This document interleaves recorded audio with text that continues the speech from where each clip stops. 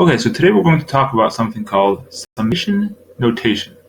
Summation notation. And when we do that, we use this symbol over here, which you may have seen before. It's a fancy math symbol. And we're going to explain what this means. But the basic idea of summation notation means we're going to be taking a sum of a bunch of numbers, which is why it's called summation, because we're taking a sum.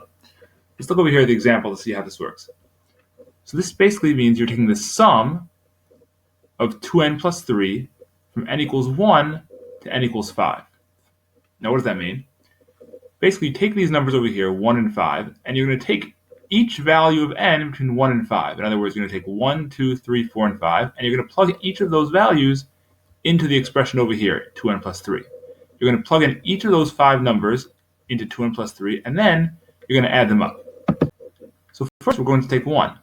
So you plug in 1 to 2n plus 3, you'll get 2 times 1 plus 3 equals 5. And you do plus, and then you plug in 2. 2 times 2 plus 3 equals 7. Then you plug in 3. 2 times 3 plus 3 equals 9. Then you plug in 4. 2 times 4 plus 3 equals 11.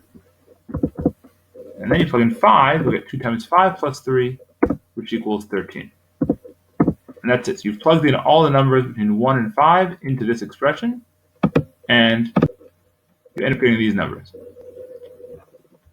Now, the last thing you have to do is just add them up. Well, you may notice this happens to be an arithmetic sequence, 5, 7, 9, 11, 13. So if you want, you can use the formula for an arithmetic sequence, but it's only 5 numbers. There's no real need to do that.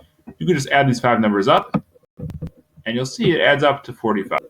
So the final answer is going to be 45. Let's look at another example over here.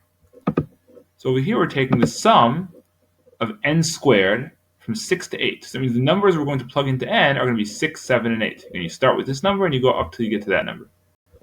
So starting with 6, if you plug in 6 into n squared, you'll get 36. Then you plug in 7. 7 squared is 49. Then you plug in 8. 8 squared is 64.